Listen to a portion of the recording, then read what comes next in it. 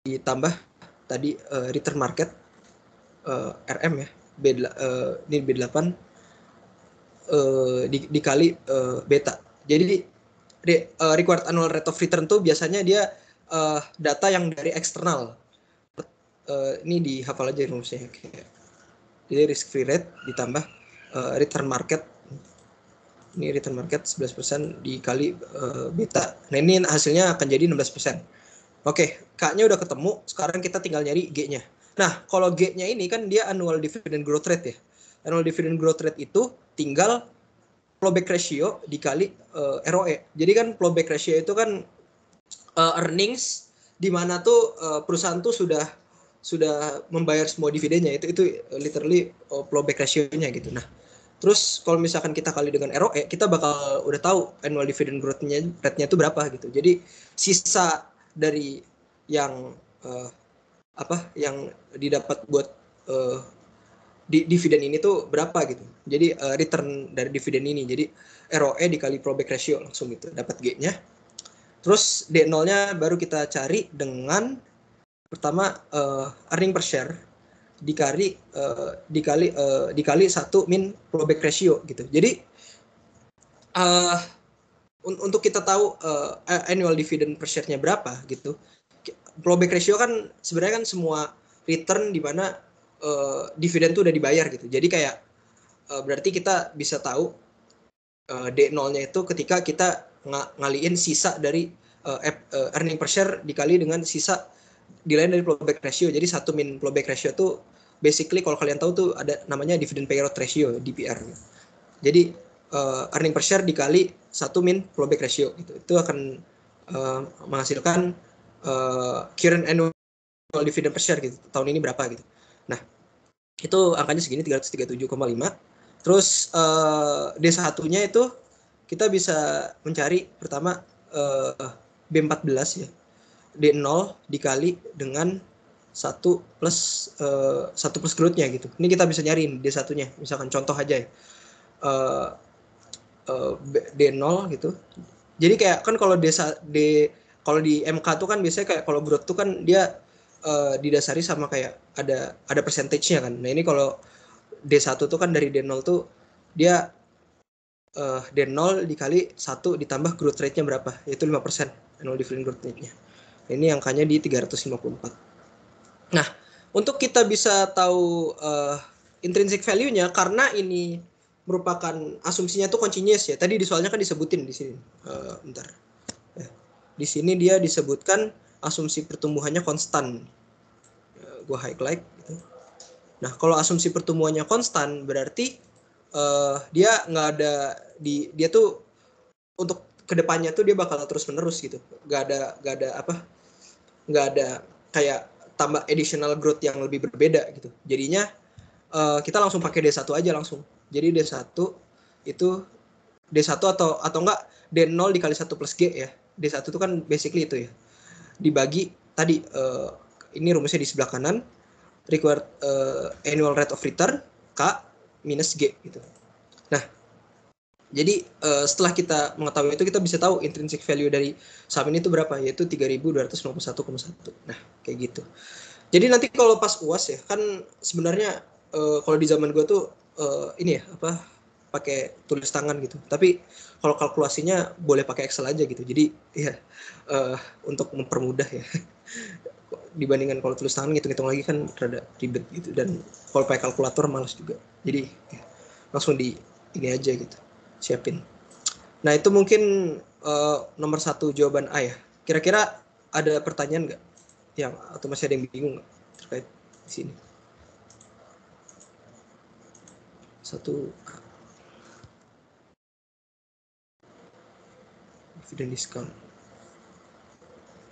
belum ada ya. Jadi oke, gue langsung ke yang B aja kalau kayak gitu. Oke, yang nomor B kita disuguhkan data berbeda nih. Diasumsikan bahwa PT George Hegel berusaha untuk menginvestasikan kembali sebagian besar dari profit mereka selama 3 tahun ke depan. Mereka berencana untuk menurunkan dividen payout ratio menjadi 35% dan setelah 3 tahun akan meningkatkan 50% secara perpetuity. Nah, ini berarti ada 2 stage perubahannya, nggak cuma 1 stage. Kan kalau di A dia cuma satu doang kan ininya. Kalau di sini dia jadi two stage, jadi ada dua. Jadi yang pertama awalnya 35% setelah 3 tahun terus ningkatin jadi 50% secara perpetuity. Nah, oke, jadi perhitungannya gimana? Nah, ini sorry ini belum gue ubah. Oke. Ya. Pertama kita EPS-nya masih sama ya, karena nggak ada data perubahan nih. Kita pakai yang di sini. Ini cuma ngubah dividen payout ratio-nya doang. Jadi implikasinya apa? Pertama kan kita tahu ini 35% yang pertama 3 tahun pertama, terus setelah 3 tahun pertama tuh jadi 50%. Nah, jadi K-nya bakal tetap sama juga karena dia kan data eksternal literally. Jadi bukan data dari apa? Dari intrinsiknya. Jadi yang bakal berubah adalah data G-nya. Jadi nanti kalau misalkan kalian ditemukan soal-soal kayak gini, perubahan dividend payout ratio gitu, yang two stage, yang awalnya misalkan dari yang konstan doang, dia yang berubah tuh cuma dari G-nya doang, annual dividend growth rate-nya. Data-data seperti K dan ROE, kecuali given by the soalnya tuh bakalan nggak berubah gitu. Jadi dia untuk K sama ROE-nya bakal sama ya, 16% sampai 20% sesuai dengan data di atas. Nah, terus kalau untuk G-nya nih yang pertama kita hitung nih lagi, berarti 3 tahun pertama nih G-nya berapa gitu. Berarti kita hitung dari sini, ROE dikali 1 min dividend payout ratio gitu, yaitu 35%. Nah kan sebenarnya bedanya dividen DPR sama fallback ratio adalah 1 min fallback ratio itu literally DPR gitu. Jadi kalau misalkan awalnya kan kita nyari G itu langsung dikali fallback ratio kan, ROE dikali fallback ratio. Nah kalau di sini karena fallback ratio-nya nggak dikasih tahu, kita harus cari sendiri gitu.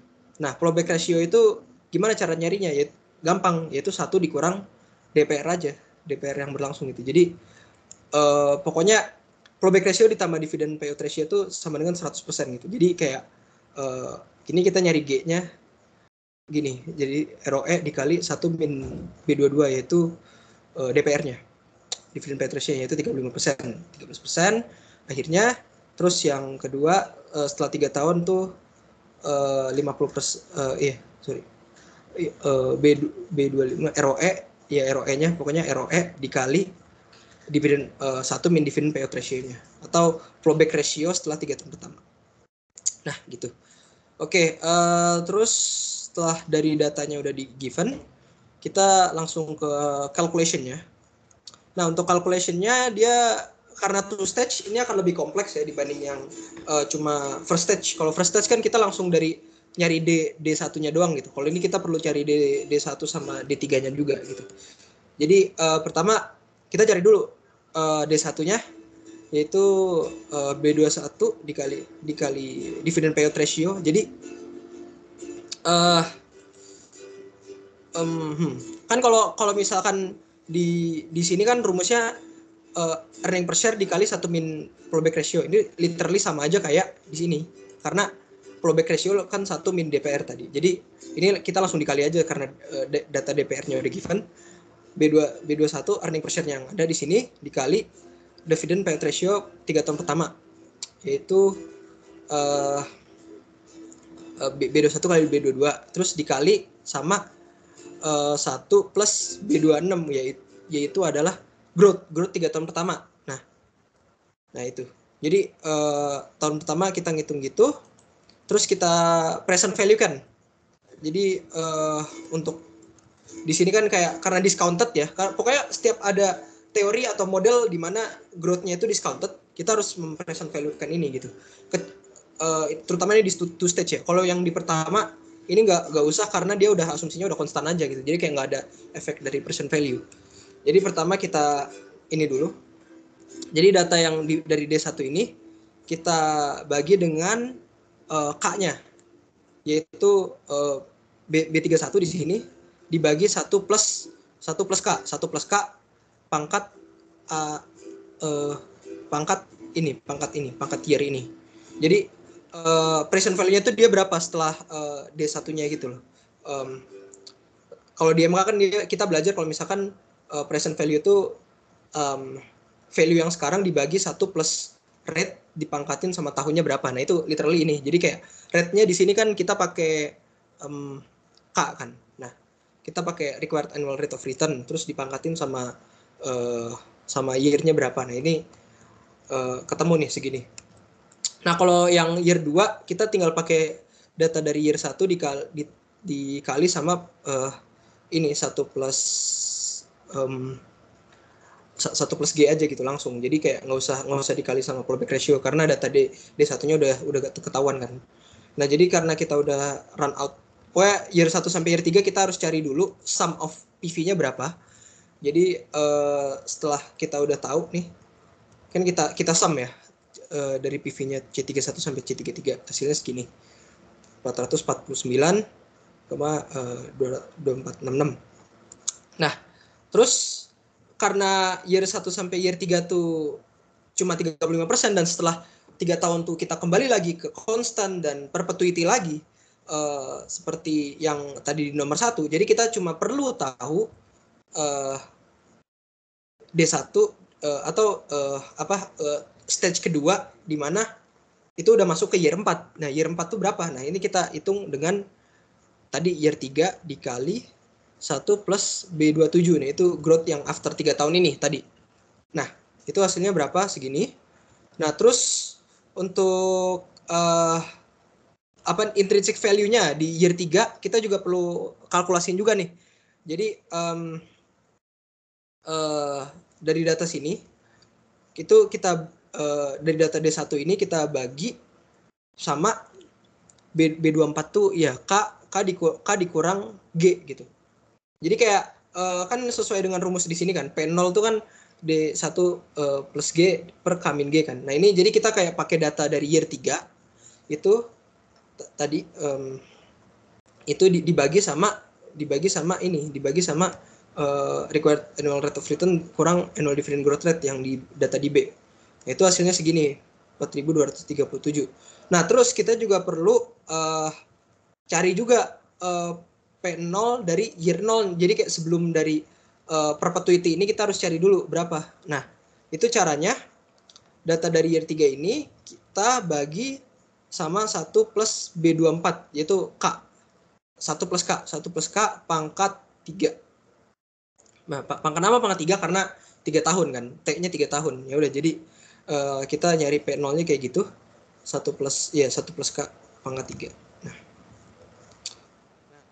Kenapa beda? Karena kita kalau P0 dari year 0 nih kita kayak pengen tahu present value-nya aja gitu. Present value dari year 3 ini berapa gitu. Jadi kayak karena datanya udah given kita nggak usah pakai cara K min G lagi gitu. Kita langsung ke present value-in si data P0 year 3 ini. Jadi berapa? Nah, itu segini. Terus untuk kita cari intrinsic value dari two stage DDM itu tinggal dijumlahin aja ya. Dari data C34 ini yang di sini ya yang kalkulasi PV di sini dividennya ditambah sama P0 dari year 0 gitu. Di sini. Jadi C34 di sini ditambah C38. Itu pokoknya intinya jumlah sum of PV dari first 3 years gitu, dividend first 3 years ditambah sama ini present value dari year 3 ini P0 dari year 3 ini setelah kita pakai asumsi yang sebelumnya gitu. Jadi ini dijumlahin hasilnya two stage DDM-nya 3.170,73. Nah, oke, kan tadi udah yang B ini agak cukup sulit ya sebenarnya kayak karena emang ini two stage gitu. Jadi kayak pertama cari present value dulu dari cash flow-nya dari dividen di sini terus ditambah sama intrinsic value dari year 3. Jadi year 3-nya itu dari mana? Dari D1 ini tadi kita intrinsic value di sini terus intrinsic value lagi ke tahun 0. Jadi kayak dari year 4 nih kita tarik lagi ke year 3 lagi setelah pakai data yang ada. Terus dari yang year 3 ini kita tarik lagi dari year 0. Jadi penjumlahan dari dua data ini akan menghasilkan two stage DDM yaitu 3.170. Nah, untuk soal yang C itu cuma kan sebenarnya yang kalau di UAS tuh biasanya yang bobotnya gede itu yang B sama A sih. Jadi kayak kalkulasi tuh bobotnya biasanya paling gede. Kalau yang C itu biasanya kayak cuma kita ada dikasih pilihan gitu. Setelah dari data yang diambil, harga pasar dari saham ini tuh kan Rp 1.500 ya, segini gitu. Nah, berdasarkan jawaban Anda yang ada di poin B ini, akankah Anda membeli lagi PT saham dari George Hegel gitu?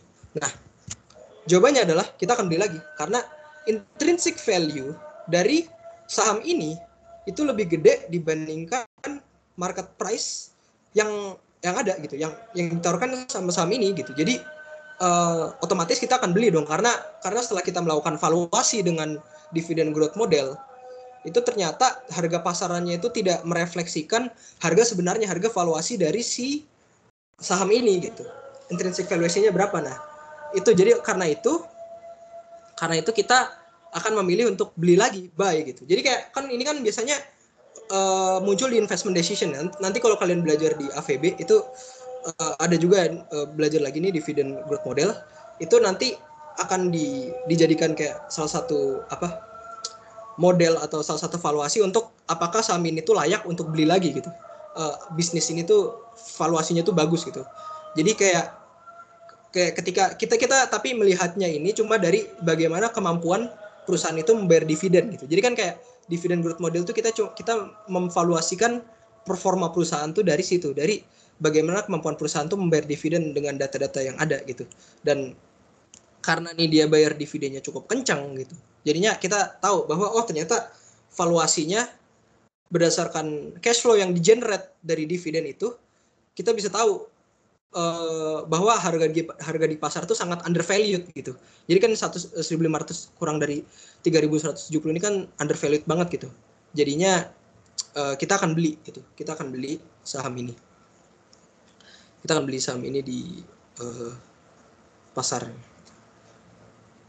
Oke, itu sih. Mungkin untuk soal pertama ya. Coba gue cek dulu apakah ada pertanyaan. Oh, belum ada ya. Oke, sampai sini kira-kira ada pertanyaan nggak? Atau langsung ke soal 2 aja gitu. Mungkin dicerna dulu kali ya.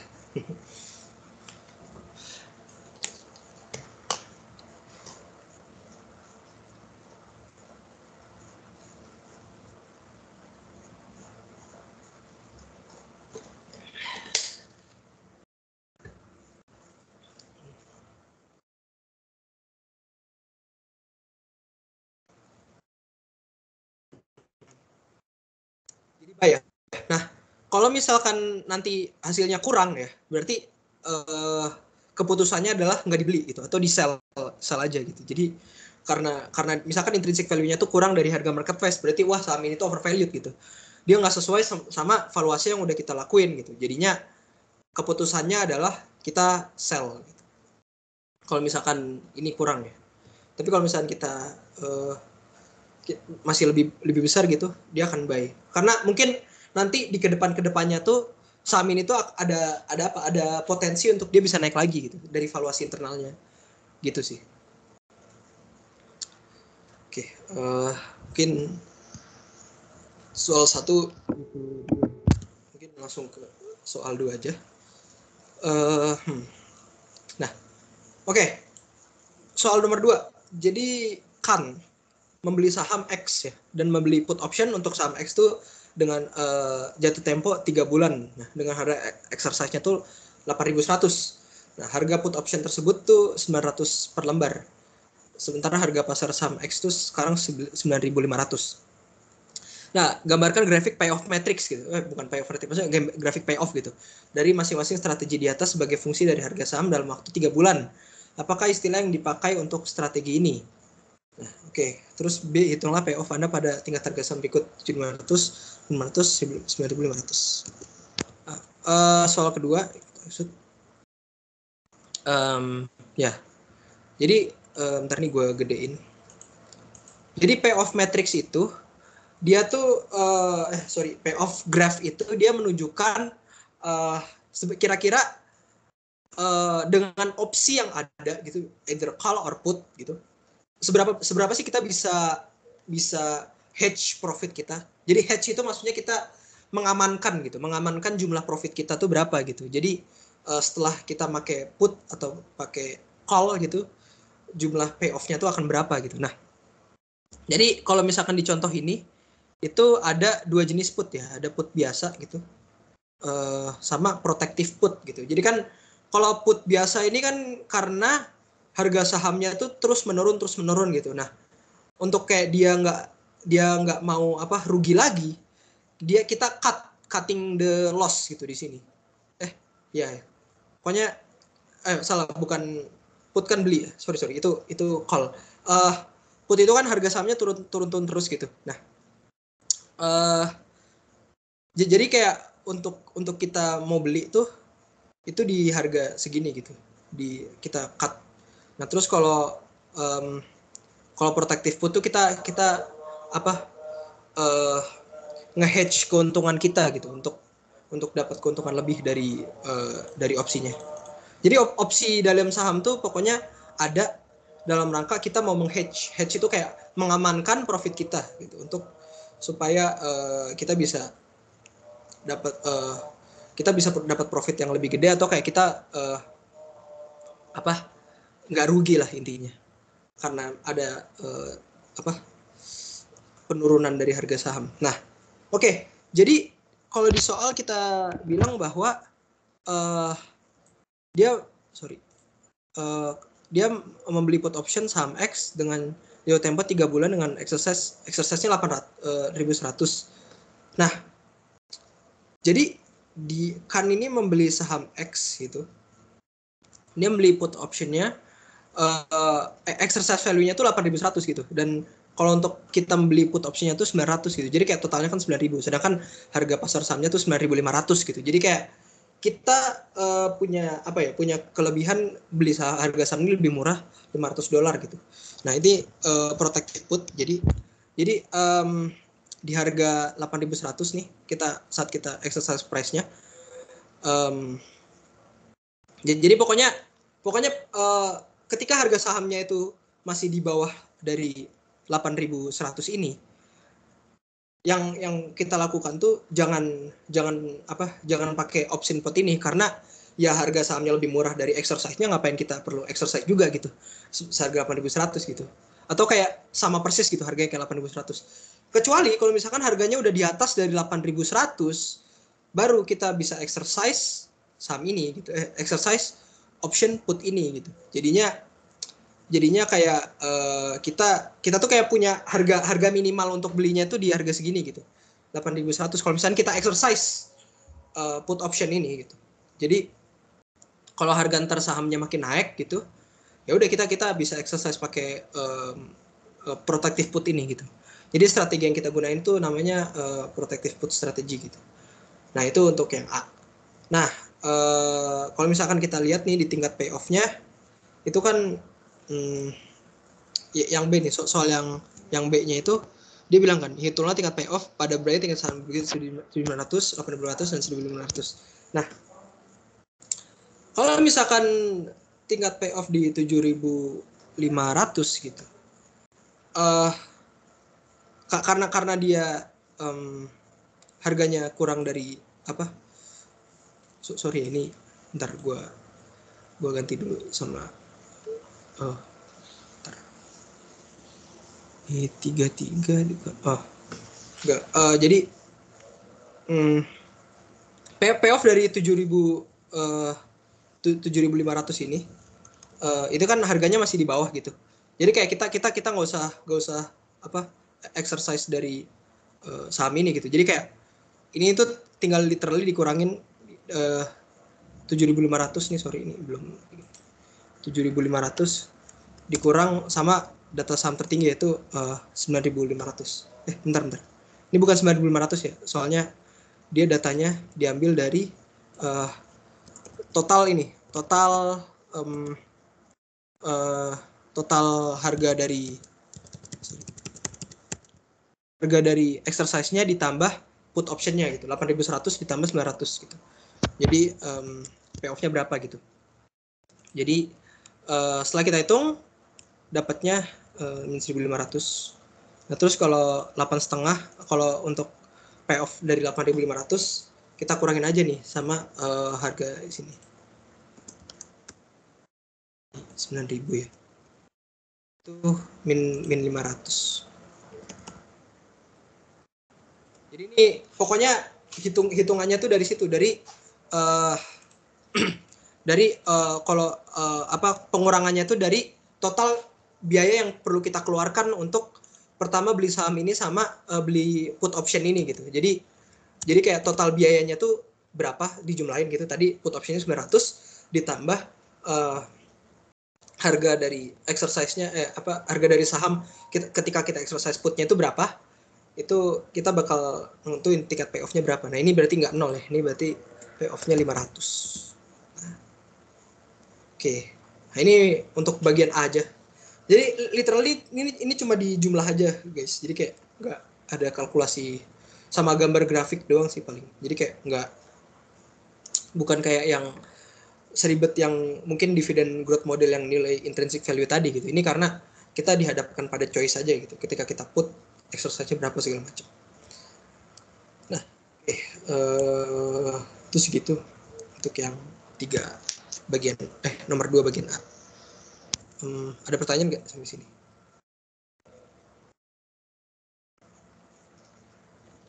Belum ya? Oke. Gue langsung ke ini aja berarti ke bagian B aja. Oke, di bagian B. Oke, ada di soal bilang Pak Aquinas mengambil posisi covered call gitu. Satu saham Idealism namanya ya. Oke, pada harga 11.125 dan satu opsi call dengan premi 4.375 per opsinya gitu. Nah, jadi kayak posisi covered call itu kita jual harganya pas 11.125 dan opsi call itu kita beli dengan harga 4.375 per opsi dan exercise-nya 7.500. Sorry. Ini maksudnya jualnya exercise-nya segini gitu dan harga sahamnya tuh lagi 11.125 sekarang. Nah, terus dia bilang harga saham meningkat menjadi 20.000 dalam waktu 6 bulan. Selama periode yang dimaksud, Pak Aquinas menerima dividen tunai 80 per lembar. Jika opsi call kita eksekusi, berapa return dari posisi Pak Aquinas? Nah, jadi tadi kan put, sekarang kita masuk ke call ya. Oke, jadi pertama kita hitung dulu ya covered call-nya. Jadi kayak harga stoknya tuh kan 11.125. Terus min 11.125. Terus ditambah harga short call-nya gitu. Covered call-nya itu berapa? Yaitu sebesar min 6.750 gitu. Nah, terus kalau misalkan kita ini harga saham ketika di call, terus 11.000. Terus kayak kita masuk ke ini, masuk ke data di sini. Payoff-nya kan 20.000 ya. Terus setelah kita jumlahin sama jumlah dividen 80, itu 20.080 total long stocknya. Terus kita melakukan short call gitu dari tadi dari data di sini nih. Ini data sini harus diketahui ya, kayak harga sahamnya segini, call optionnya 375, harga laksana exercise-nya 7.500, harga saham saat itu 20.000 sama dividennya 80. Nah, berarti short call itu dihitung dari exercise price dikurang sama harga saham saat itu gitu. Jadi 20.000 dikurang 7.500, jadi short call-nya min 12.500. Nah, total payoff-nya berarti kita kurangin aja dari harga saham ditambah dividen yang dikasih dikurang kita melakukan short call, yaitu dari 20.000 dikurang 17.500, berarti total payoff-nya 7.580. Atau gini aja, kalau mau gampang harga exercise price itu ditambah dividen, itu total payoff-nya kalau yang di sini.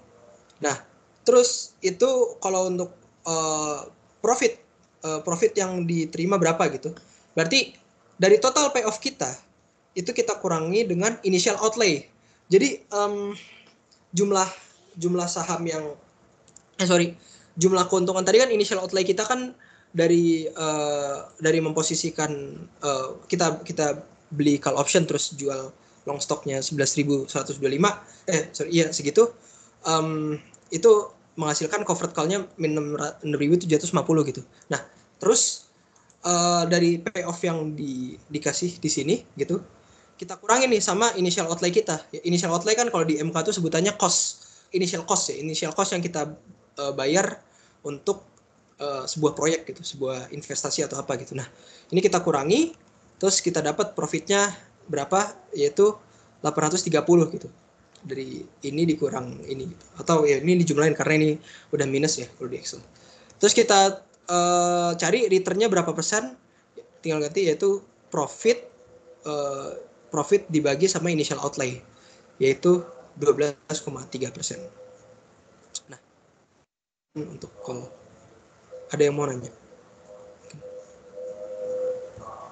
Ada yang on mic? Oh, nggak ada. Oke. Ya. Jadi call itu tuh maksudnya kayak kita tercovernya tuh berapa sih, kayak dari cost yang kayak kita jual, terus kayak dari yang kita beli juga. Jadi kayak payoff yang kita dapetin gitu dikurangin dengan initial outlay kita tadi yang pertama call option di 11.125 ditambah sama premium dari call optionnya gitu. Kayak kita beli call optionnya itu berapa, 4.000, itu menghasilkan covered call-nya itu 6.750 gitu. Jadi terus total payoff dikurang ini langsung dapat profitnya dan return 12,3%. Ya itu untuk nomor 2 bagian B untuk call ya. Jadi tadi put, ini call.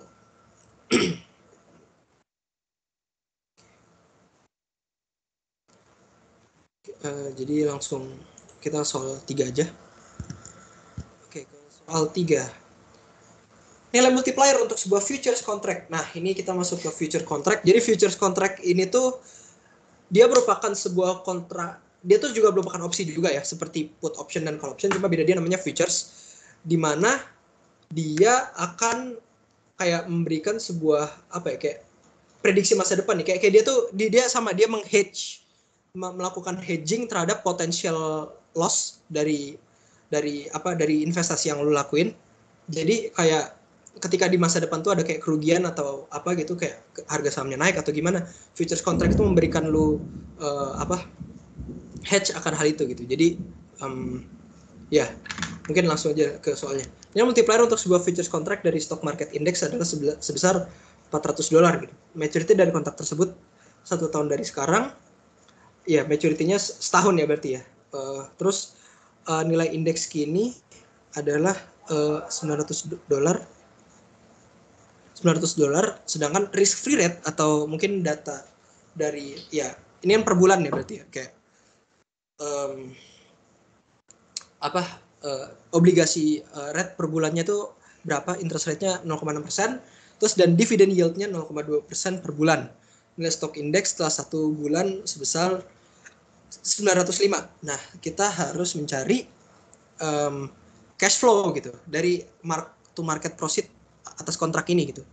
Nah, asumsiin kalau misalkan kondisi parity-nya itu selalu ada. Dan yang B kita cari holding period return atau HPR untuk 1 bulan jika initial margin dari kontraknya itu sebesar 21.000.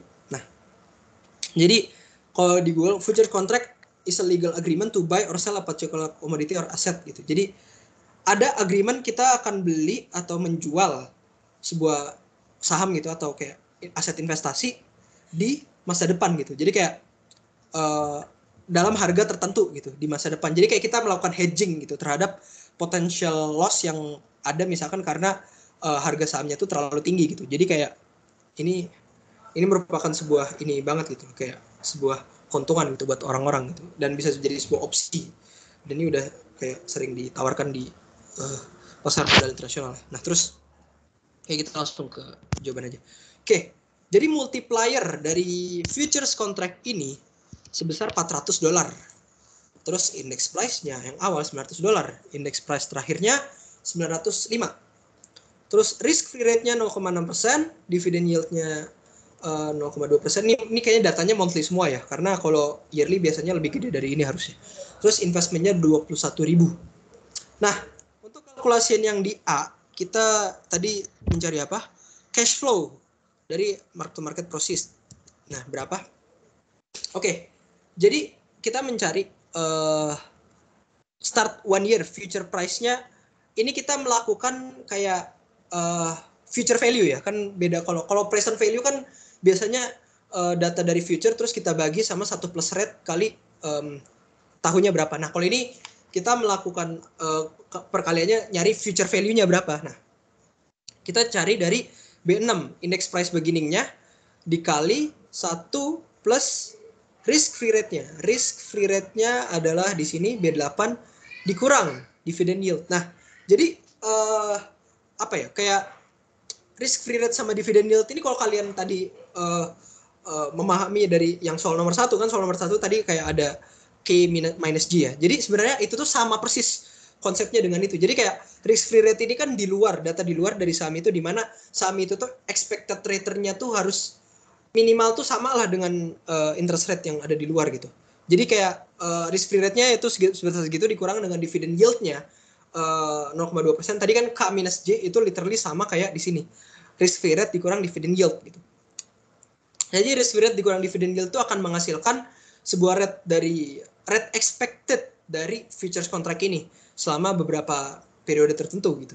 Jadi dari B6 ya, index price-nya 900 dikali 1 plus B8 nih 0,6% dikurang B9. Di sini tadi pangkatin karena ini 1 tahun tadi ya, future price-nya, maturity-nya berarti dipangkatin sama 12. Karena kenapa kita pangkatin 12 bukan 1? Karena tadi ini data risk free rate dan dividend yield-nya tuh monthly. Karena tadi ya, jadi kayak karena monthly jadi segitu. Nanti kalau misalnya kalian datanya quarterly atau annually berarti harus di-adjust ya. Kalau quarterly kan berarti 4. Kalau misalkan setahun atau semester, kalau per semester berarti 2 aja gitu. Jadi ya nanti di-adjust sesuai dengan datanya gimana. Jadi kayak ini harus diperhatiin banget gitu. Karena emang time value of money itu sangat mengubah persepsi kita sama valuasi gini-gini kan. Jadi kayak ya perlu diperhatikan lagi itunya. Nah, terus kita udah tahu nih start 1 year of future price-nya berapa? Itu 944,2. Nah, terus ending future price dalam 1 bulan itu berapa? Kita tinggal cari berarti index price ending-nya 905 kita kalikan dengan sama kayak tadi 1 plus B8 min B9, cuma karena dia udah kita ketahuin dia index price beginning sama end setelah 1 bulan itu berapa, kita dipangkatin cuma sama 11 doang gitu, nggak sama 12 gitu. Jadi kayak kan kalau yang 1 year future prices kan ini ya kayak pangkat 12 karena kita pakai index price beginning kan. Kalau end future prices-nya setelah 1 bulan tuh dia kita ini pangkat 11 gitu, hasilnya segini gitu. Berarti kayak dari sini tuh kita bisa lihat bahwa kita lebih baik exercise-nya tuh setelah 1 bulan gitu, jangan kayak buru-buru sekarang gitu. Jadi kayak ya karena dia valuasinya lebih gede. Nah, terus harganya lebih murah sekarang gitu dibandingkan dengan yang ini, berarti kayak bagusan sekarang gitu. Oke, jadi yang perlu kita lakukan adalah cash flow dari kontraknya itu berapa. Jadi kayak future prices yang kita exercise dikurangin dengan 1 year future prices-nya itu dikali sama multiplier yang ada di future kontrak itu. Jadi tadi di sini ini dikurang ini dikalikan sama multipliernya berapa? Multipliernya kan 400. Itu berarti ketemu 585,1 US dollar. Nah, ini sangat menguntungkan sekali ya sebenarnya, kayak jadi kayak lebih baik nih bisa di-exercise aja nih, kayak bisa kita beli nih future price kontraknya nih. Indeksnya gitu setelah kita ngelakuin gitu-gitulah. Nah, setelah kita mengadjust melalui time value of money etc. gitu. Nah, terus dari data yang B kita mau cari nih holding HPR, holding period of return untuk 1 bulan doang. Jika initial margin dari kontraknya itu 21.000. Nah, HPR itu rumusnya adalah ya udah B17 cash flow-nya dibagi dengan investment-nya berapa gitu. Cash flow on the contract dibagi dengan total investment yang kita make gitu. Nilai stock index-nya gitu. Nilai initial margin dari kontraknya itu berapa. Nah, Berarti holding period return-nya dari investment 21.000 tuh kita dapat cash flow dari kontraknya tuh segini, $585 dan HPR-nya 3%. Gitu. Nah, itu sebenarnya cukup kecil ya sebenarnya kalau HPR kayak gini. Kalau misalkan kita ukur nih berdasarkan jumlah risk free rate nih misalkan, lebih baik invest di obligasi gitu. Karena mungkin aja risk free rate kan biasanya on average itu biasanya dia di atas 4% atau berapa persen gitu. Kalau misalnya kita invest di futures contract ini ternyata return-nya yang apa ya, yang setelah dari data asumsi yang ada dengan konstan itu cuma 3% gitu. Kalau misalkan nanti apa ya, kayak data risk free rate-nya itu misalkan lebih gede itu dari HPR tuh, ya lebih baik nggak usah dipakai sih futures contract ini. Jadi kayak ini choice aja. Tapi kan karena choice-nya nggak ada gitu, jadi itu FY aja. Jadi ya ini cuma kayak choice investment. Kan sebenarnya kalau di soal UAS nggak keluar sih kayak untuk choice apakah futures contract ini lebih baik di exercise atau enggak gitu. Keseringan kayak cuma dihitung aja. Jadi ya udah sampai di situ aja sih untuk soal 3. Oke, terus ke soal 3B ya. Soal 3B pertanyaannya adalah apabila S&P 500 indeks portofolio membayarkan dividen yield sebesar 3,5% per tahun. Indeks sekarang berada pada harga 1.800 US dollar. T-bill rate. Nah, T-bill rate itu sama kayak risk free rate ya. Kalau misalnya kalian nanti ada data-data tentang ini gitu, nggak ada risk free rate nih, aduh apa itu, tapi ada T-bill rate atau treasury rate gitu. Nah, itu sama kayak risk free rate. Jadi basically atau data obligasi lokal di Indonesia. Nah, itu literally sama kayak risk free rate. Jadi kayak nanti nggak usah bingung untuk mengklasifikasikan datanya ya. T-bill rate-nya 4,5%, S&P future prices untuk satu tahun yang akan datang adalah 1.850. Nah, disuruh buat arbitrage strategi untuk mengeksploitasi adanya misprice dan tunjukkan bahwa profit yang kamu hasilkan dalam satu tahun sama dengan mispricing di future market. Nah, yang 3B ini, jadi datanya kan tadi one year index contract price itu 1.850. Nah, terus ini indeksnya tuh 1.800 US dollar. Terus kemudian dividend yield-nya tadi 3,5%, annual dividend 63 basically 3,5 dikali index price-nya ya berapa. Gitu. Jadi ya. Terus risk free rate-nya 4,5%. Ya, atau T-bill rate-nya tadi berapa. Oke. Jadi setelah kita kalkulasi parity of future price-nya itu berapa gitu, segini, yaitu C5 kan future ya, future berarti kayak dikali ya kan, kalau misalnya present itu kita bagi kan sama rate-nya, future value, future prices 1 di plus C8 itu, C8 risk free rate dikurang oleh dividend yield. Tadi datanya sama nih kayak kontrak kan, risk free rate dikurang dividend yield, sama risk free rate kurang dividend yield. Jadi ini tuh kalau kalian ngerjain soal ini tuh kayak mengikuti sebuah pola aja gitu. Berarti kayak risk free rate tuh dan dividend yield, kalau misalkan datanya ada risk free rate dan dividend yield, pasti risk free rate dikurang dividend yield duluan gitu. Nah, terus setelah kita kali parity of future price itu berapa? Ini sebenarnya dipangkatinya tuh pangkat 1 ya, kayak year-nya kan year 1 gitu. Tapi hasilnya juga nggak bakal berubah gitu loh. Jadi kayak ya pangkat apa yang dipangkatin 1 kan hasilnya agak berubah. Jadi dia bakalan sama. Atau kalian bisa cari caranya dengan index price kita kali dengan 1 plus risk free rate dikurangin dengan langsung annual dividend. Nah, ini sama aja sebenarnya kayak ya ini kan kayak masih perlu dikali sama C5 kan, kalau ini kayak langsung dikeluarin dari C5. Jadi ya sebenarnya ya kalau mau cepat langsung ini aja sih. Jadi oke. Nah, terus kita cari nih kontrak mispricing-nya tuh berapa sebenarnya. Ada $32 mana dari one year index contract price-nya 1.850 dikurangi dengan 1.818 gitu. Jadi the future price-nya itu ternyata $32 lower gitu sebenarnya. Lower than its parity value gitu. Ini bukan higher ya. Lower than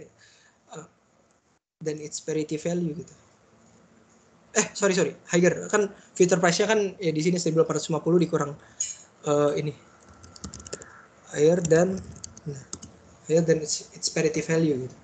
Parity value-nya kan segini gitu, tapi one year index contract price-nya tuh udah 1850 gitu.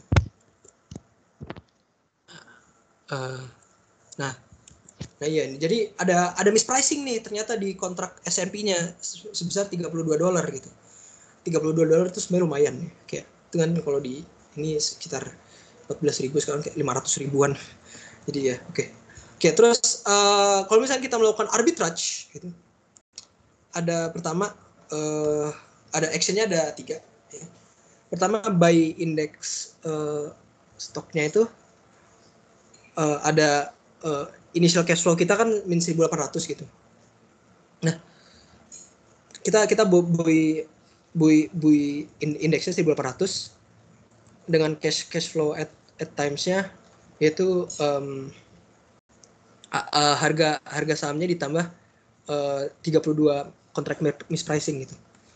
Initial cash flow-nya min 1.800, kalau cash flow at time T-nya tergantung dari harga saham ditambah dari kontrak mispricing-nya berapa gitu. Nah, terus kalau kita short futures ini ya, kayak kita short selling tuh literally kita pinjam terus kita jual lagi gitu di future, itu initial cash flow-nya 0 ya, karena karena kita pinjam aja gitu. Jadi kayak nggak ada, kita nggak mengeluarkan duit gitu. Cash flow at time T tergantung dari nah ini kalau ini tergantung dari harga dari future-nya ini berapa kan. Harga dari sahamnya, harga dari future dikurang dari harga sahamnya gitu. Jadi kan short sell tuh kan kayak kita pinjam saham buat ngejualnya lagi gitu di future kedepannya berapa. Iya. Yeah. Nah, ini borrow a security and sell it to open market kan.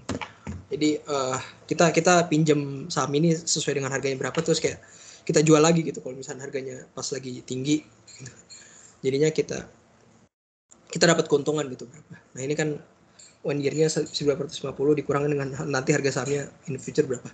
Nah, terus kalau kita borrow, kita pinjam gitu 1.800 US dollar gitu untuk membeli saham ini gitu. Dia initial cash flow-nya kita akan nerima segini gitu kan. Karena kita borrow, terus cash flow at time T-nya itu bakalan kita hitungnya dari min B18 gitu. Dikali 1 plus C8, 1 plus risk free rate-nya berapa gitu. Dan itu menunjukkan cash flow at time T-nya itu 4,5% gitu. Nah, ini risk free rate itu kan kayak initial itu kayak rate yang digunakan untuk kita memborrow itu gitu. Jadi kayak cash flow-nya tuh minus segini gitu. Kita perlu bayarnya berapa. Nah, itu ada kayak tiga arbitrage ini ya. 3 arbitrage strategi gitu. Jadi ya. Initially segini sih, kayak jawaban untuk actionnya tuh arbitrage itu untuk mengeksploitasi adanya misprice, tunjukkan bahwa profit commission 1 tahun sama dengan mispricing di future market. Nah, segini gitu. Jadi hasilnya total ininya ada 3. Mungkin itu sih jawabannya. Oke, mungkin ke soal nomor 4 ya, kalau nggak ada pertanyaan. Nah, kalau soal nomor 4 ini kan berikut adalah 4 institusi reksadana dari pasar untuk periode 5 tahun terakhir. Ada EE, FFF, GGG, HHH, sama market, sama direct free rate. Nah, berikan ranking untuk kinerja dari masing-masing reksadana menggunakan Sharpe ratio, Treynor measure, dan Alpha Jensen. Oke. Sebenarnya soal ini itu relatif lebih mudah ya, karena datanya udah given, kalian tinggal ngitung aja. Jadi datanya kan ini ya, kayak EES segini, standard deviation-nya segini, beta 0,87. Sebenarnya kalau di UAS tuh kayak standard deviation-nya harusnya udah given ya. Soalnya kalau standard deviation-nya belum given tuh rada rebek juga gitu untuk ngitungnya lagi, karena perlu ada additional statistics juga gitu. Karena kan kalau dapat statik kan ngitung standard deviation rada susah juga. Oke, jadi ini datanya udah kita ketahui nih di sini. Beta segini, market ininya segini. Oke. P ratio itu kita hitung berdasarkan return of portfolio, return-nya tuh berapa? Average return-nya ini berapa di sini gitu. dikurangin sama risk free rate-nya. Risk free rate-nya berapa gitu. Jadi average return-nya dikurangin dengan risk free rate-nya itu kan menghasilkan dibagi dengan standard deviation-nya. Standard deviation kan kayak variasi dari datanya itu berapa gitu. Nah, kita akan menghasilkan Sharpe ratio-nya 0,63 gitu. Nah, ini untuk mutual fund III ya. Nah, untuk FFF sama juga tinggal dimasukin 17,3 dikurangin 5,4 dibagi sama standard deviation-nya dari FFF 20,8 0,57. Terus GGG kita bisa lihat sama return-nya 17,8 dikurang 5,4 dibagi standar deviation-nya yaitu 21,38. Nah, ini hasilnya segini 0,58. Terus HHH hahaha gitu. 20,9 dikurangin sama 5,4.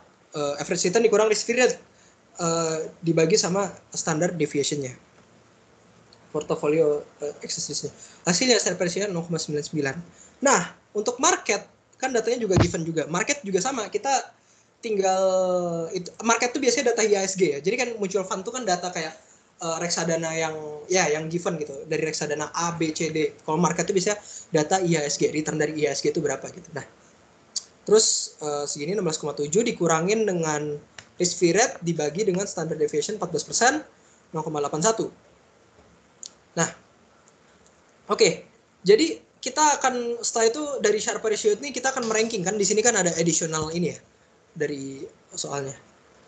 Tentukan juga apakah kinerja reksadana tersebut outperform atau underperform terhadap pasar. Nah, kalau berdasarkan di sini kita akan ranking gitu. Outperformnya itu dari mana? Kita compare dengan pasar. Apakah dia lebih tinggi atau lebih rendah? Kalau lebih tinggi akan outperform. Kalau lebih rendah dia akan underperform. Gitu. Ini gue pakai fungsi if ya. Jadi ini sahamnya underperform untuk EE sampai FFF dan GGG itu sahamnya underperform semua gitu dari karena mereka nilainya tuh ternyata lebih kecil dari market. Dan ini menunjukkan bahwa kita lihat bahwa semakin besar standard deviation dari returnnya si reksadana itu, mutual fund itu, dia akan mengurangi rasio Sharpe dari mutual fund itu juga gitu. Jadi kayak kalau standard deviation-nya makin gede nih kayak di FFF nih, meskipun average return-nya lebih gede, dia tuh bakalan Sharpe ratio-nya bakal lebih kecil gitu. Karena ya ini given by rumusnya juga ya. Karena ya gampangnya ya standard deviation tuh kayak seberapa besar error kan, kayak dari return-nya itu berapa. Nah, kalau error return-nya tuh makin gede, berarti kan kayak ya ini angka 17,3% ini kan kayak nggak semestinya kayak data yang valid gitu. Kayak anjing nih ada errornya ternyata 20,8% gitu. Bisa aja plus minusnya segitu gitu. Jadi kayak ada yang malah kurang dari segini atau lebih dari segini gitu. Nah, sama dengan GGG gitu. Dia return-nya gede tapi standard deviation-nya tuh gede banget juga gitu. Jadinya dia menghasilkan Sharpe ratio yang makan relatively jauh lebih kecil dari EEE gitu. Dan semakin gede risk free rate juga akan semakin menurunkan Sharpe ratio gitu. Karena ya gampangnya gini, kayak Sharpe ratio kan kayak melihat kayak seberapa besar sih ini investment ini dan seberapa menarik gitu untuk kita lakuin gitu.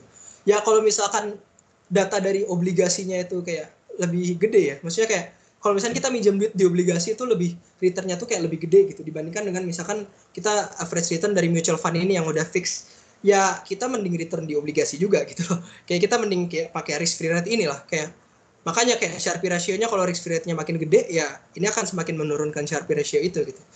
Jadi kayak ini melakukan comparison gitu, kayak seberapa relatifly seberapa besar sih data dari average return reksadana ini dibandingkan dengan yang kupon obligasi yang ada di lokal di Indonesia ini gitu. Jadi kayak ini biasanya government bond kan. Nah, ya kalau obligasinya malah makin gede ya Sharpe ratio kan biasanya minus kan, lebih gede dari reksadana. Ya lebih baik utang di obligasi gitu. Kayak kita melakukan investasi di obligasi dibandingkan kayak pakai reksadana gini sekalian gitu. Itu sih maksudnya kayak logik dibalik dari sini gitu. Backgroundnya. Nah, itu untuk Sharpe ratio ya. Ini gampang ya, literally masukin datanya aja segini. Outperform, underperform tinggal dibandingin sama data market. Nah, kalau untuk Treynor ratio dia hampir sama Sharpe ratio, cuma bedanya dia dikurangin sama dibagi sama portofolio beta. Nah, jadi gini, kalau misalkan Sharpe ratio kan dia risknya tuh adalah standard deviation of portfolio excess return. Tapi kalau Treynor ratio dia pakai beta sebagai measure risiko dari return itu gitu. Untuk hitungnya berapa? Nah, kalau misalkan kita lihat di sini portofolio kan di sini rumusnya portfolio return dikurang risk free rate. Kembali lagi dikurang risk free rate, ingat ya. Terus dibagi sama portofolio betanya berapa. Nah, betanya 0,87. Nah, ini kan kalau segini kan. Tinggal dimasukin datanya 13,86 dikurang 5,4 terus dibagi sama betanya. Akhirnya trainer measure-nya 0,09772 gitu. Nah, terus untuk yang FFF nih pakai trainer measure juga hasilnya segini. Ini tinggal masukin aja ya datanya. Jadi kayak sesuai dengan rumus yang ada gitu. Kalau literal itu bagi yang di bawah tuh standard deviation tuh resiko, beta juga resiko. Bedanya kalau standard deviation kan secara statistik ya. Kalau beta tuh kan kayak in a more financial terms-nya gitu loh. Jadi kayak risk yang biasanya di accepted di finance kan. Kalau kalian belajar MK tuh kalian ada CAPM, WACC itu kan kayak masukin beta-beta juga. Nah, itu beta itu biasanya indeks yang lebih curah kalau di finance gitu. Kalau Sharpe kan kayak literally kita pakai standard deviation statistik aja gitu. Nah, terus kita lihat FFF GGG gitu. Ini berapa? Ini semua underperform juga ternyata kalau misalnya kita compare sama IHSG di market gitu. Segini gitu. Ini gue pakai if juga. Nah, terus HHH ini dia outperform nih, sama seperti data dari Sharpe ratio. Nah, ini menunjukkan sebuah pattern nih. Kayaknya HHH ini sebuah reksadana yang menarik gitu untuk kita investasikan gitu. Tapi kan sebenarnya di soal itu kan nggak ada ya, kayak misalkan apakah kita tuh udah berdasarkan rasio ini tuh kita choice kita tuh akan apa gitu. Nah, kalau misalkan ada nanti additional soal itu kita ntar ngelakuin valuasi ini terus kayak dari totalnya itu tuh mana nih yang lebih menguntungkan gitu, yang kayak outperform the market tuh siapa gitu. Nah, oke. Terus kan tadi trainer measure sama Alpha Jensen ya. Trainer measure sama Sharpe ratio. Nah, kalau ini kan dia pakai data market. Nah, kalau Alpha Jensen dia nggak pakai data market karena market return-nya itu sudah masuk ke dalam rumus Alpha Jensen-nya itu. Jensen's alpha-nya itu. Jadi rumusnya adalah ini portfolio return. Ini dia lebih kompleks dibandingkan dua sebelumnya ya. Jadi ini kayak dihitungnya emang terakhir kan. Portfolio return dikurangin buka kurung risk free rate ditambah beta dikalikan market return dikurangin risk free rate gitu. Jadi kayak risk free rate kayak ini tuh Jensen's alpha ini kayaknya dia berupaya untuk kayak menggabungkan both the Sharpe sama trainer ratio gitu loh. Jadi kayak enggak deh. Ya pokoknya kayak dia berusaha kayak mencoba mengkombinasikan antara dua ini gitu. Jadinya kalau dari situ kita dapatnya berapa? Nah, itu kita masukin aja datanya. Sebenarnya ini kan portfolio return dikurangin B5 dikurangin B10 tuh kan risk free rate ya. Ini sebenarnya bisa langsung diginiin aja gitu ya, dibuka kurung nih kayak datanya nggak bakal berubah juga gitu. Minus beta minus buka kurung beta ini D5 dikali ini market dikurangin risk free rate gitu. Langsung aja gitu. Nah, kalau datanya minus berarti portofolio ini tuh underperform udah langsung gitu. Jadi kayak langsung dari data di situ tuh karena dia langsung hands on di compare berdasarkan market return-nya, dia akan nunjukin kalau ternyata dia nggak menguntungkan gitu kalau misalnya dibandingkan dengan market return gitu. Dia minusnya tuh minus terakhir nih, rankingnya terakhir nih kalau Terus kalau FFF dimasukin datanya kayak gitu, terus GGG juga di segini rankingnya. Nah terus nih setelah dimasukin datanya ternyata dia ranking 1 gitu dalam perhitungan Alpha Jensen. Nanti kalau misalkan ada additional soal ya, kayaknya seingat gue di tahun gue tuh ada deh. Kayak misalkan dia bilang kalau berdasarkan dari valuasi atau kayak tiga rasio ini gitu, Sharpe ratio, trainer ratio atau trainer measure sama Jensen Alpha, mana reksadana yang paling paling menguntungkan dan outperform market dan kayak bisa dipilih untuk sebagai kayak sebagai kayak paling bagus gitu loh. Intinya kayak investment yang paling bagus tuh di mana gitu. Nah, berarti karena data ini menunjukkan kalau Sharpe ratio ini paling bagus juga, trainer HH paling bagus juga, dan di sini Alpha Jensen rankingnya paling 1 juga HH. Berarti pilihan investasi yang paling bijak adalah di HH gitu, dengan valuasi yang ada gitu dan ratio-ratio yang ada di sini. Ternyata HH itu lebih menguntungkan untuk kita lakukan investment mutual fund HH gitu, dibandingkan dengan market. Itu dia angkanya segini gitu. Ini relative comparison. Oke. Nah, terus kita masuk ke soal terakhir. Nah, ini soal terakhir nih sebenarnya ada yang paling susah ya. Kayak ini tadi gabungan dari call option sama put option. Kita kayak melakukan perhitungan dari arbitrage gitu. Jadi arbitrage itu apa? Arbitrage itu kayak kita tuh melakukan hedging atas keuntungan gitu. Jadi kayak kita tuh pengen meminimisasi kerugian as much as possible gitu dengan opsi yang ada gitu. Itu yang disebut sebagai arbitrage gitu. Jadi arbitrage in finance. Jadi arbitrage in finance tuh maksudnya itu. Jadi kayak simultaneous purchase and sell of the same asset in different market gitu. Jadi kayak dengan yang berbeda market untuk profit dari adanya tiny difference gitu dari sistem arbitrage ini gitu. Nah, jadi kombinasi strategi apa nih yang bisa dilakuin untuk mendapatkan arbitrage itu gitu. Buktikan pada saat maturity dari opsi ini bahwa posisi yang diambil tuh nggak ada risikonya gitu. Nah, ini. Oke. Jadi kita langsung masuk ke pembahasan gitu. Tadi harga sahamnya SO-nya itu 1.500, exercise price-nya 950 tadi ya. Ini. Terus kalau opsinya 300, terus put optionnya 200, tingkat bunga bebas risikonya 6%, sama jatuh temponya tuh 0,5. 0,5 tuh maksudnya 6 bulan ya. Ini kan biasanya kan kalau satu tuh biasanya segini. Nah, ini kenapa kita 0,5? Karena tingkat bunga bebas risiko atau percentage di sini itu udah di-assume untuk annually gitu. Karena dia kan nggak 0, berapa gitu. Jadi kayak kalau misalkan nggak dikasih tahu berapa, cuma kayak udah ada datanya di sini gitu. Nah, ini sebenarnya tricky juga ya. Jadi kalau di UAS-UAS yang finance gini kayak IPM gitu atau AVB atau MK gitu sebelumnya, kayak misalkan datanya tuh nggak ngasih tahu nih, misalkan waktunya tuh berapa bulan gitu, misalkan tingkat bunganya ini berapa persen segala persen, itu kalian langsung put di assumption pertama aja. Oh, saya mengasumsikan bahwa ini itu 1 tahun gitu atau 6 bulan atau apa. Nah, itu karena di sini kan udah ada 6 bulan, berarti bagus lah. Ini untuk makanya kayak kita udah langsung bisa tahu. Jadi kayak ini tingkat bunga bebas risiko sama tadi apa? Ininya itu 5%. Bentar nih belum gua ubah jadi 5%. Oke. Jadi itu udah langsung kita asumsikan annually. Jadi kayak temponya nanti kita bisa hitung langsung 0,5 6 bulan gitu dibagi sama dibagi 1 tahun berapa, kan kalau 6 bulan kan kayak ya itu setengah tahun lah, berarti kita langsung aja temponya 0,5.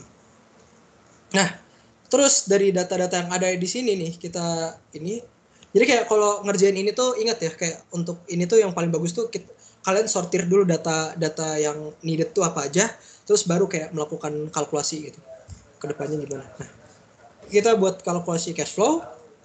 Pertama posisinya ketika T-nya ini masih 0, maksudnya kayak T-nya itu masih awal-awal, berarti belum kayak setelah setengah bulan gitu loh, kayak masih 0 tahun gitu.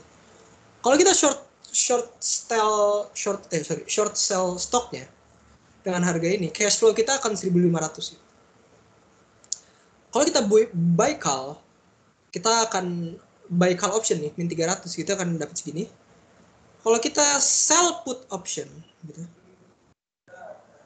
itu akan dapat 200. Terus kalau kita melakukan lend, kalau kita bisa melakukan peminjaman gitu dari saham gitu, dari data E4 di sini exercise price-nya, itu dia kita cari dulu nih present value dari exercise price ini gitu. Jadi kita akan landingnya berapa gitu dari exercise-nya. Nah itu datanya dari M4 ini exercise price dibagi 1 plus E7 gitu. Tingkat bunga bebas risiko 1 plus 5% dipangkatkan dengan jatuh temponya yaitu 0,5.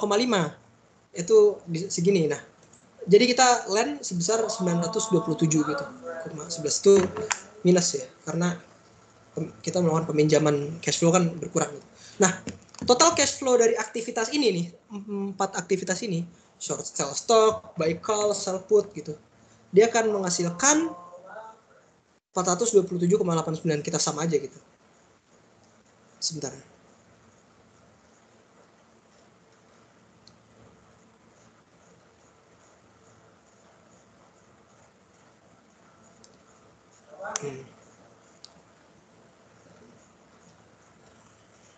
Oke. Nah, jadi total cash flow-nya itu segini 472. Tadi sorry gue kebalik yang penjelasan sebelumnya ini kalau put itu untuk jual ya di sini. Ini kalau call itu untuk membeli ya. Jadi kayak untuk kayak kita kalau protective put tuh kita hedging dari misalkan ada loss di saham gitu. Kalau protective call itu kita melakukan minimisasi dengan loss. Kalau misalkan harga sahamnya naik terus tuh kita melakukan pembelian di harga segitu ya, buy call. Nah terus kalau put itu gampangnya tuh kayak kalian ngejual tapi dengan harga yang misalkan harga sahamnya tuh turun terus tapi kalian bisa ngejual dengan harga tertentu gitu. Nah itu kayak gitu. Nah jadi ya tadi mungkin penjelasan gue agak ini cuma kayak ya you get the idea lah kayak ininya. Oke, jadi total CF-nya tadi segini dari short sell stock sampai landingnya berapa. Jadi yang minus tuh biasanya yang kita membeli call option sama sell put option gitu segini 472. Nah ini kalau posisinya T-nya sama dengan 0 gitu. Jadi kalau misalkan T-nya sama dengan kalau misalkan kita nggak melakukan kayak sebuah arbitrage gitu. Nah tapi kalau misalkan posisi kita telah lewat dari setengah bulan gitu, kalau kita misalkan buyback stock gitu, kita short sell buyback gitu, itu kita tergantung dari harga sahamnya itu berapa gitu. Jadi minus ST-nya itu kayak kita nggak dikasih tahu berapa ya karena saham setelah setengah bulannya itu kita nggak tahu gitu berapa kan kayak di situnya berapa. Jadi kayak kita langsung minus ST aja gitu. Jadi kayak kalau misalkan dia kurang dari ini buyback stoknya sama gitu. Kurang dari 950. Nah, kalau misalkan call kita udah expired gitu. Misalkan expired itu maksudnya tuh kalau option atau put optionnya tuh udah melewati jatuh tempo lah intinya. Jadi kayak kan ada jangka waktunya berapa bulan. Expired tuh dan juga kayak misalkan kita exercise nih put option kita, call option kita. Nah, kita akan menerima cash cash flow kita expired call optionnya ini gitu di harga kurang dari 950 gitu. Dia akan kalau misalkan harganya masih kurang dari 950 ya ngapain kita ini gitu exercise itu. Jadi kayak ngapain kita ini karena dia harganya masih lebih kecil dari 950 kan. Jadi kayak ngapain kita exercise juga. Jadi kayak 0 gitu. Jadi terus kalau misalkan kita expirednya itu di atas dari 950 gitu. Misalkan harga sahamnya tuh currently segitu gitu. Kita exercise call option gitu. Berarti kan exercise price kita 950. Jadi anything that sahamnya itu misalkan lebih dari 950, dia akan lebih besar dari 950, dia akan dapat cash flow kita segini gitu angkanya. Nah, terus kalau sell put berarti dia lawan dari ini aja, lawan dari call option gitu. Kalau misalkan putnya ini kita exercise gitu, berarti anything yang di bawah dari 950 tuh dia akan dikurangin sama cash flow-nya inilah intinya. Jadi kayak kalau kalau sahamnya itu di atas dari 950 ngapain kita exercise put option kita, karena ya udah kita nunggu sahamnya naik terus aja gitu. Tapi kalau sahamnya tuh udah turun nih di bawah 950 gitu, udah kayak turun banget. Jadi kan kayak untuk menilai valuasi kita supaya kita tetap untung, ya udah kita pakai put option aja gitu. Oh ya gua put pakai 950, jadi kayak lu udah dapet cash flow 950. Nah, ini akan receive cash itu sama di 950. Jadi total CF-nya ini ya ini harusnya 950 ya. Jadi kan karena receive cash-nya itu sama kayak total CF. Nah, terus ini kayak kita membuat kalkulasi cash flow dari situ kan, kayak misalkan dari harga call option dan option gitu. Nah, terus terus kayak ketika kita sorry, ini jadi posisi T sama dengan 0 nih kayak misalkan kita kayak total cash flow yang kayak kita lakukan atas ini ya, atas buat pokoknya ngarbitrage saham ini gitu. Nah, nanti setelah 6 bulan gitu, kita dapat cash flow juga ini segini, tergantung dari kondisi sahamnya tuh kurang dari 950 atau lebih dari 950 gitu.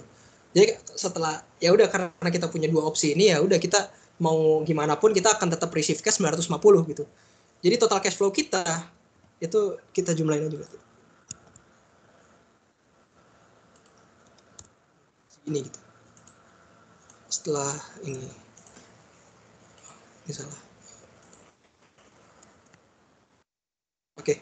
Nah, terus kita buat kalkulasi cash flow nih setelah posisi yang sama gitu. Nah, terus kita langsung bandingin nih harga saham dengan saham sintetiknya berapa. Nah, saham sintetik itu kita kalkulasikan dengan call option, ya, call option dikurangin dengan put option ditambah dengan exercise present value dari exercise price itu. Jadi basically ini ya, data dari sini ini dikurang ini ditambah ini gitu. Jadi kayak nih gue kalau misalkan kita pakai, jadi pokoknya call dikurang put gitu, ditambah ini gitu.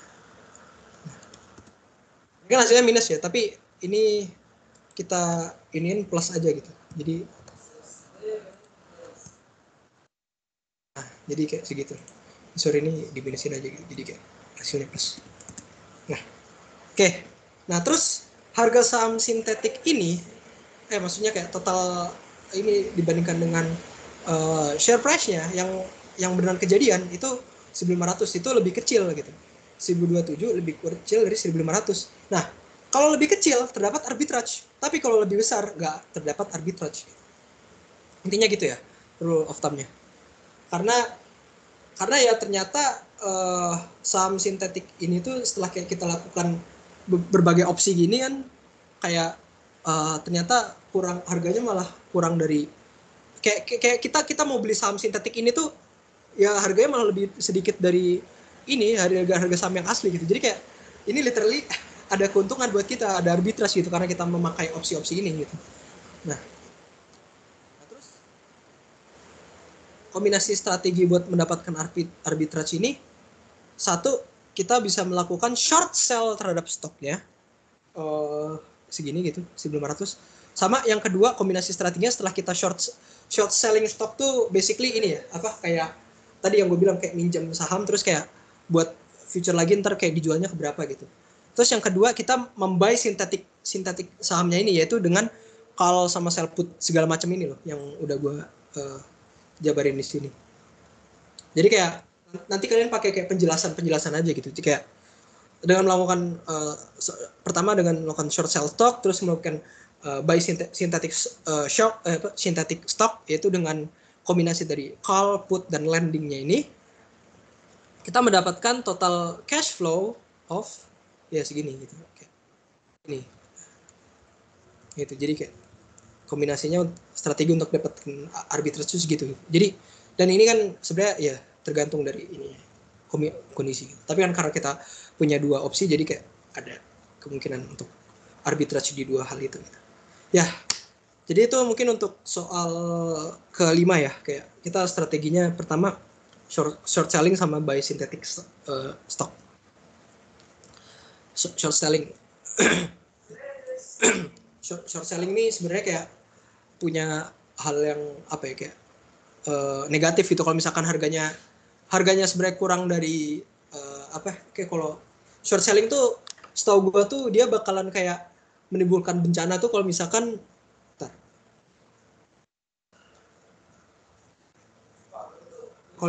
harganya tuh kayak di bawah ya kalau nggak salah, kayak dia bakalan kayak dia bakal rugi terus gitu. Jadi kayak uh, kalau misalkan sahamnya tuh kayak dapat kayak downward spiral gitu, dia bakalan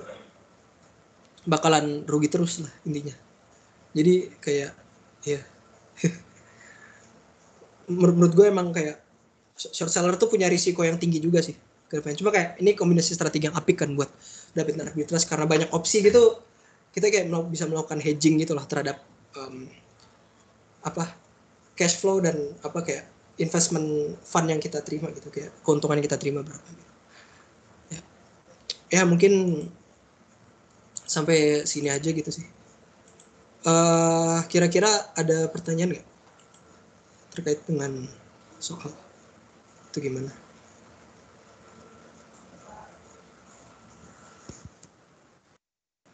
Excelnya gue kirim kok, tenang. Kayak buat melakukan ini kan bisa di ini.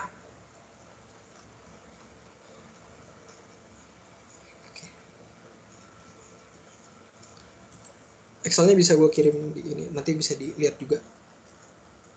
Untuk ini kalau lebih besar nggak ada arbitrage, kalau lebih kecil ada arbitrage.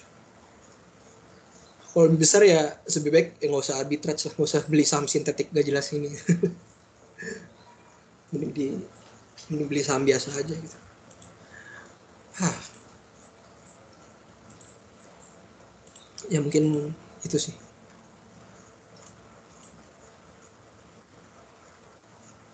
Ada yang mau tanya gitu? Saya masih bingung.